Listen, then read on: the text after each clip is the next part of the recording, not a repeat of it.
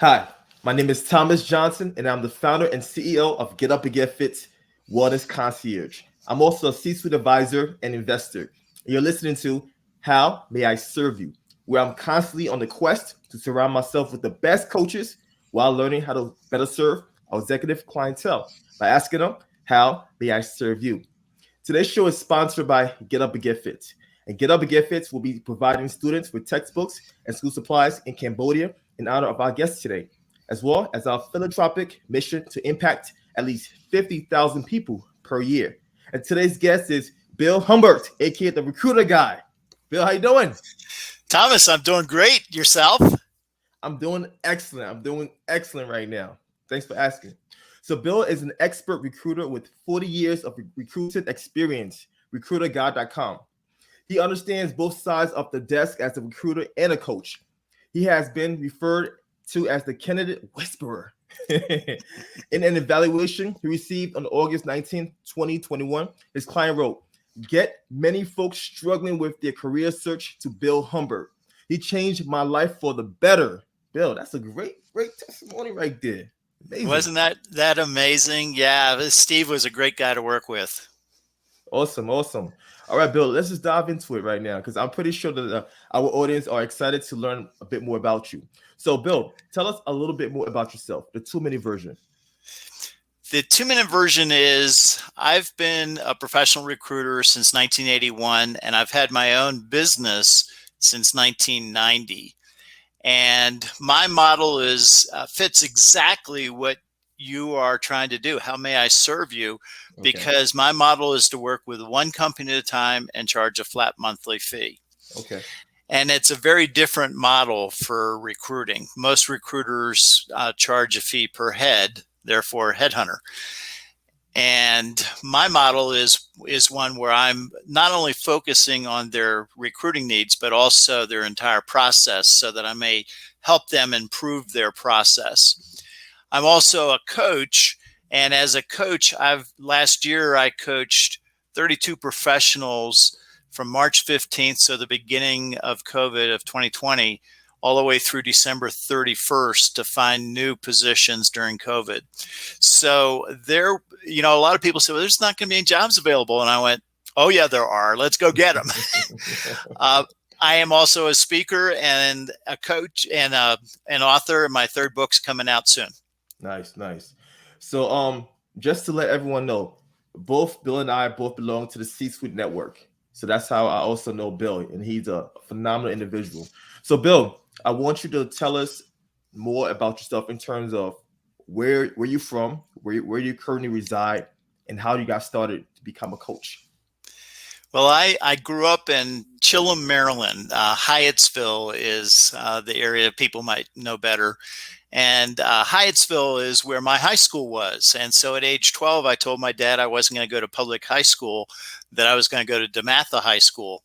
Okay. And he said, well, you're the oldest of 7 kids. And I didn't know at that time, but we were probably lower middle class. And he said, I can't afford to send everybody to private school. And I said, I got that covered. My Washington Post paper route pays me $140 a month. DeMatha costs $400 a year. I got it. So I paid my way through DeMatha. And I guess that probably says a lot about who I am today is, I'm going to figure out what the problem is and then solve it. I now live in Park City, Utah. So I'm 6,800. Currently, we're speaking at 6,800 feet above sea level. And one of the things I like about up here is our summers are magnificent.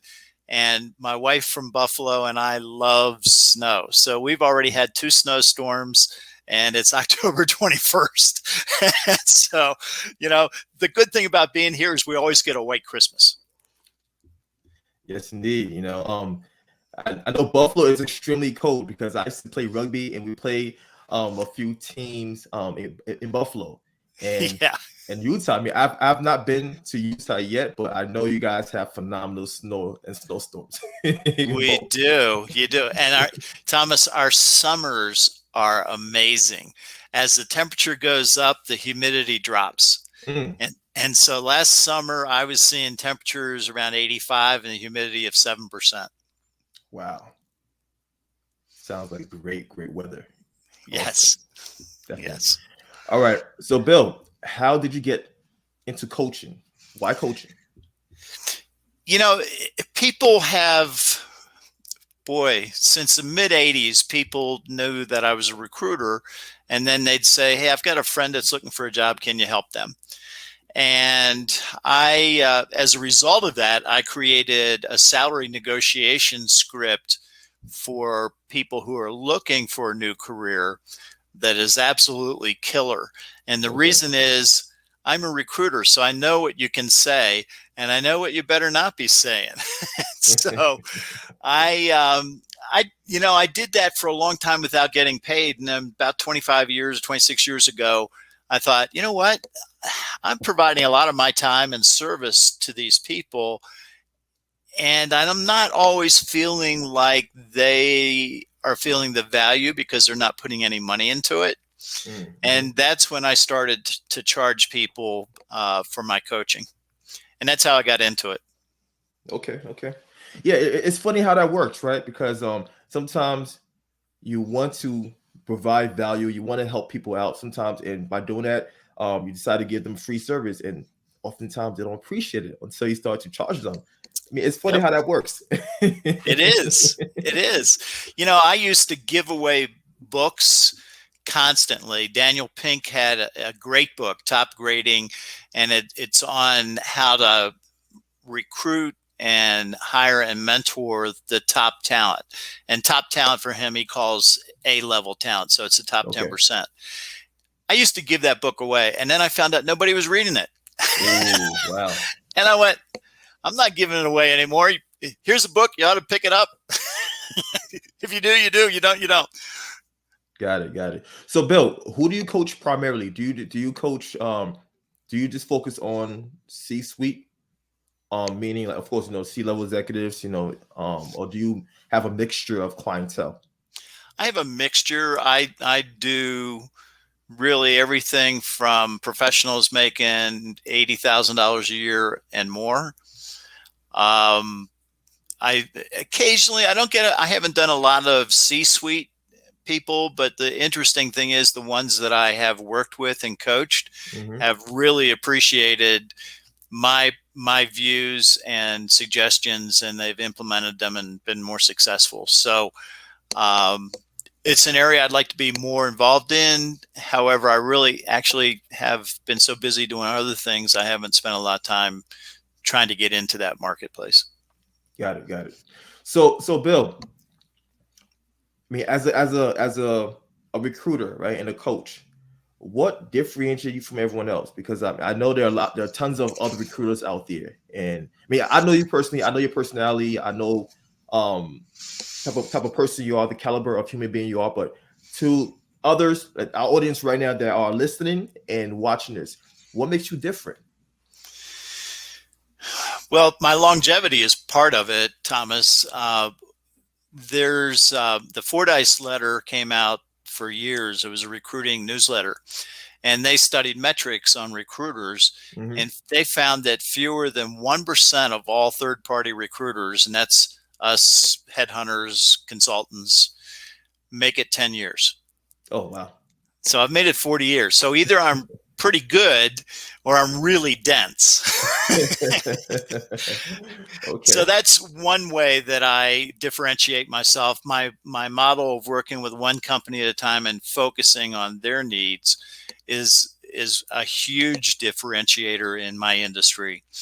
And, I got a call yesterday from the local newspaper, the Park Record, and the publisher said, hey, can you come up and meet me? I just saw in your email, we'd communicated back and forth a couple of times. He said, I saw in your email that you're a recruiter and we have some needs. Can you maybe help us out? And I went, sure. And so I went up to him and we met, and he told me what he was looking for in a reporter. And I went, oh, I know just the person for you. So I got home back to my office and called this reporter, and she's interviewing next week.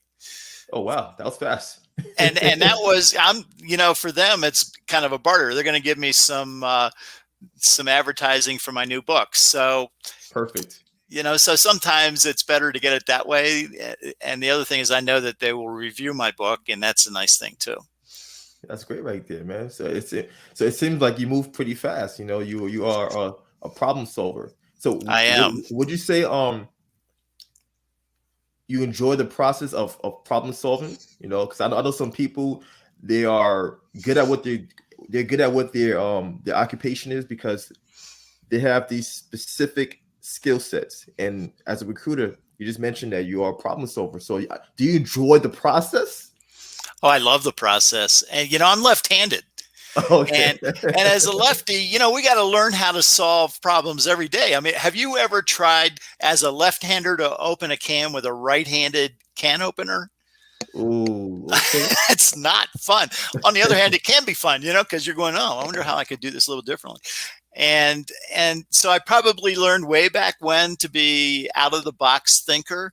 Okay. And so you can't put me in a box because I'm just like, if you put a cat in a box, that cat's going to be out within 10 minutes. I guarantee you fold the tops over and everything. And all of a sudden a paw pulls out and pretty soon the entire body is out. So that's kind of me. I don't fit into boxes very well. Yeah. But I enjoy that process. I enjoy using that creativity. It's fun. So I'm pretty sure, when COVID first sparked off, right? A lot of folks were struggling. A lot of folks were in like the panic mode. I'm sure since you're a problem solver, that basically ignited, that spark in you to go and serve these individuals. So am I correct to say that? Absolutely. And that's how I came across those 32 professionals that were looking for a job that found jobs last year. So yeah, so it's just a matter of looking at things in a different manner and creating a different perception, especially when you're coaching somebody. Yeah. And, I've had some really, really, really cool people that I've coached successfully. And so for me, I love meeting new people, number one. And then two, I love helping them solve their problems. That's awesome right there. Okay. All right. So if someone were looking for a coach, what traits would you advise for them to look for? Well, if they're looking for a coach, probably the most important trait is, does the person listen? Because some people that I've seen, and I'm not saying necessarily that they're coaches, but if I've seen it somewhere, then I know that there's probably coaches like that. Some people that I've seen, what they do is they come with an idea before they even start coaching that person, and then they try to jam it down their throat. Yeah. And so the first thing I would look for is, does this person listen to what I'm saying? The second is probably harder to judge, but it's in some ways you can just tell. And is this person empathetic? Can this person feel your feelings? And then in that process, help better serve you. And the third trait is probably one where you just ask them, who have you served in the past and what were their results? Okay. Perfect answers right there. Perfect answers. Yeah, because all of those right there is very personal. The EQ part, I think that's something that most people don't really consider, right? Right. The emotional intelligence, that connection. And last but not least, the proven concept. Where are your receipts? All right. Yeah. Have your approach been have your approach really been proven? Can you provide proof? So right. You're absolutely right. Those are 3 great traits. Awesome.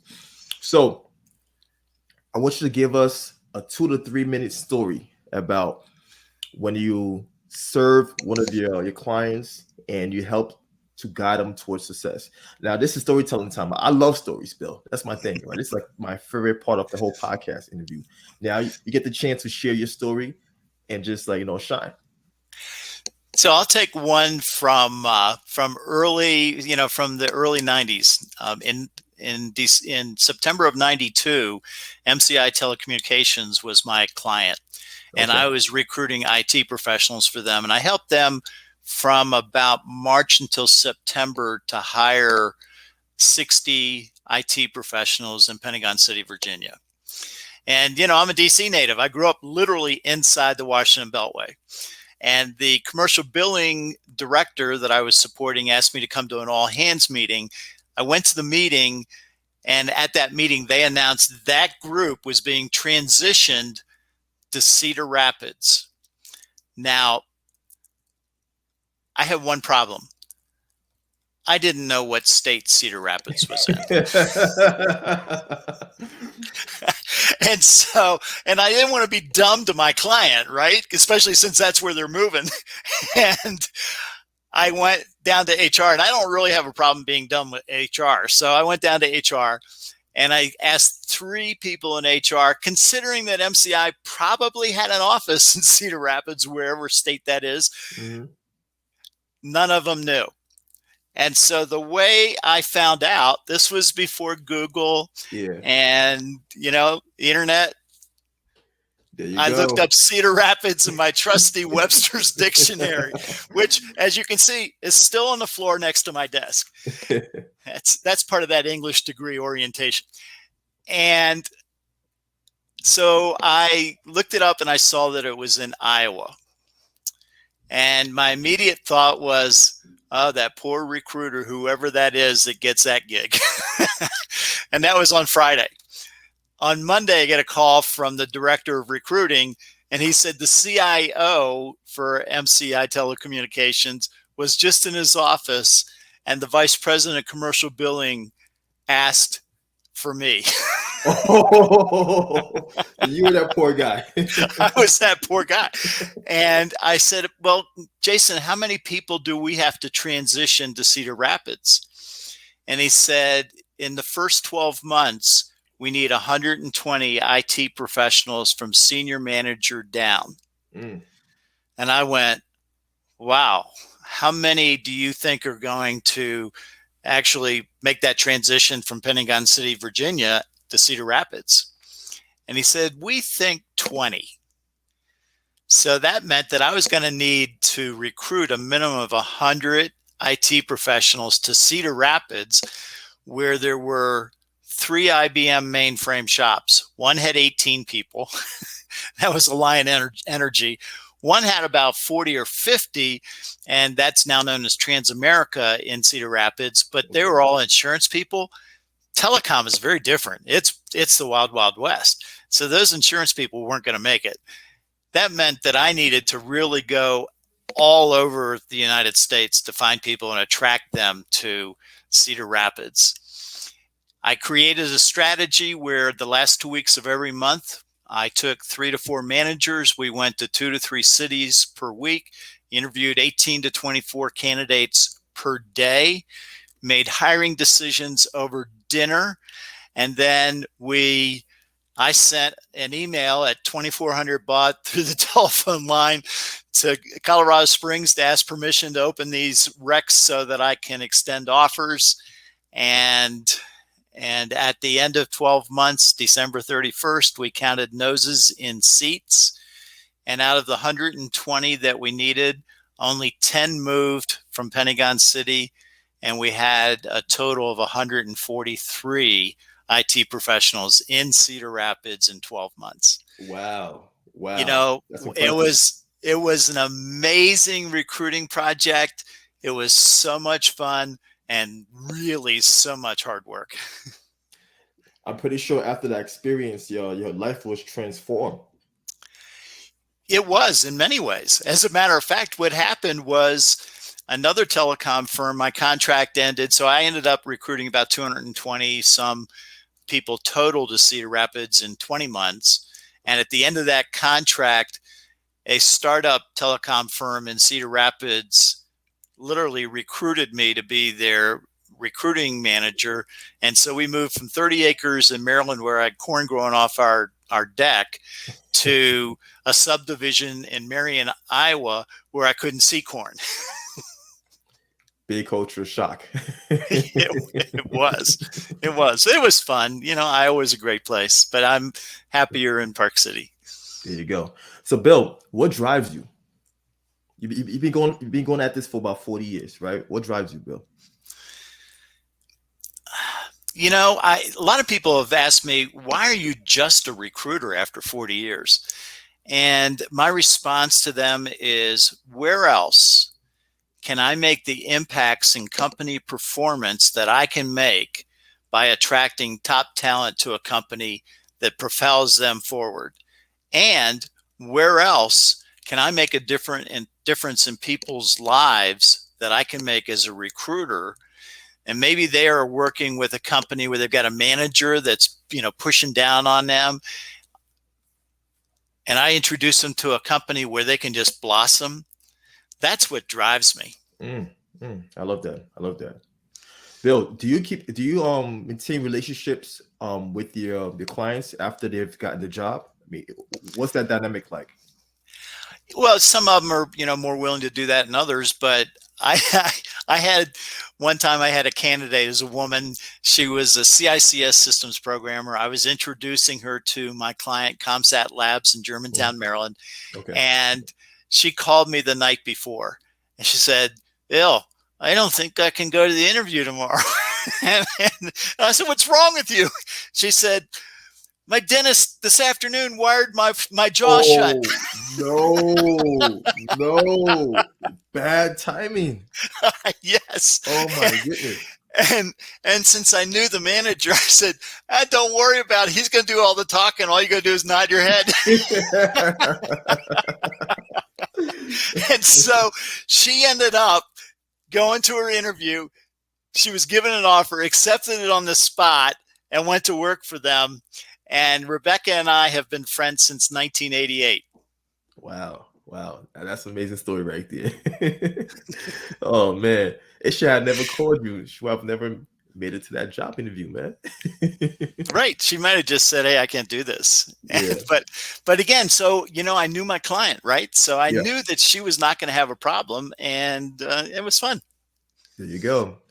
Problem solver. It's all about providing solutions. So, Bill, are you currently working on any new projects that you'd like to share with us? Yes. The author side keeps popping up once in a while, and my new book coming out here, we're gonna take it to everybody who's interested in the beginning of January, but it'll probably get published before that.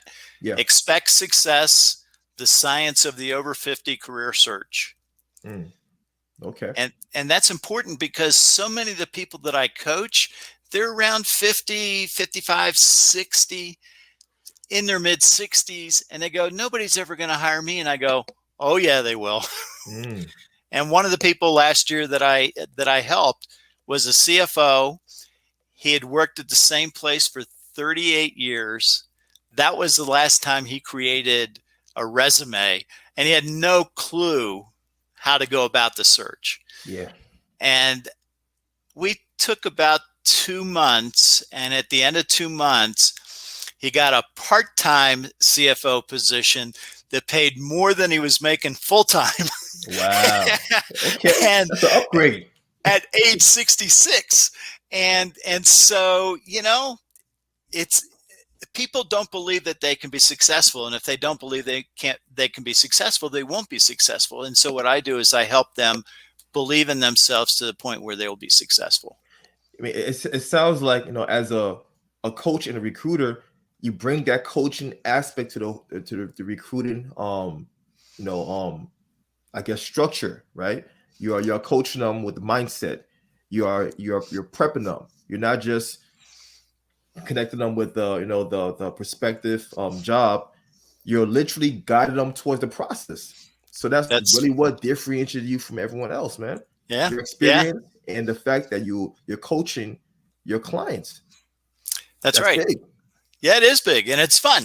It's fun to help both sides in that process succeed, whether it's the design engineer firm that are full of engineers and they have to learn how to be more of the people side to attract people, or it can be like the newspaper last night or yesterday that said, hey, we need a reporter. And I said, well, I got somebody I know. And I called her up and she goes, yeah, I'm interested. So it's just, it's what it's all about. It's about being excited about what you do and be enthusiastic about the process. There you go. That's the key right there. That's the key. Repeat that one more time, because I think people need to hear this one more time. Okay. It's important to be excited about it. Yes. Anything that you do, I don't care what it is. It's important to be excited about it and then be enthusiastic about the entire process. Yes, indeed. It's all about your attitude. It's about your attitude. Mm-hmm. So if someone were to inquire about your services or just want to get to know Bill Humbert a little bit more, where can they find you, Bill? Well, I don't hide very well, Thomas. LinkedIn, I'm pretty easy to find. LinkedIn.com/in/recruiter guy. Of course, recruiterguy.com is my website, and that's got all of about me and how to reach me. And I have a Calendly invite, so you can just register on there that you'd like to get on my calendar, and I'd love to chat with you. That's awesome right there. So, Bill, thank you for coming on today's episode of How May I Serve You. I love your energy. I love your personality. I'm glad we met, a few months back. It's all about building relationships. You were one of the people that I really, really enjoy connecting with. And now we're Thomas, on the podcast. Thomas, our first connection was actually in an airport. And I don't know what it was about you, but there was something about you. And I went, I need to meet this guy. And so I went up and you gave me your card. I gave you my card. And that's where we met the first time before we got met in C-suite. So there are people out there who are special, and you're obviously one of them. And it's exciting to meet people who are top performers. And that's where I viewed you to be. Thank you, Bill. I really, really appreciate that. So, Bill, last but not least, how may I serve you? Well, you can tell other podcasts hosts that, hey, I know this recruiter guy and he'll give you a good interview. I've had people who do leadership podcasts and they say, well, why would I want to talk to a recruiter? And I go, so do leaders just appear? So so introduce me to other podcasters, and I love being a guest, and it's fun for me to meet new people. And, I promote all of them. You can talk to Eddie Turner Jr. about me. Got it. Yes, indeed. And I definitely will, Bill. So again, this is your host, Thomas Johnson.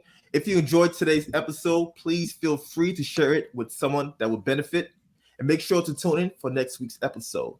Take care, be blessed, and cheers.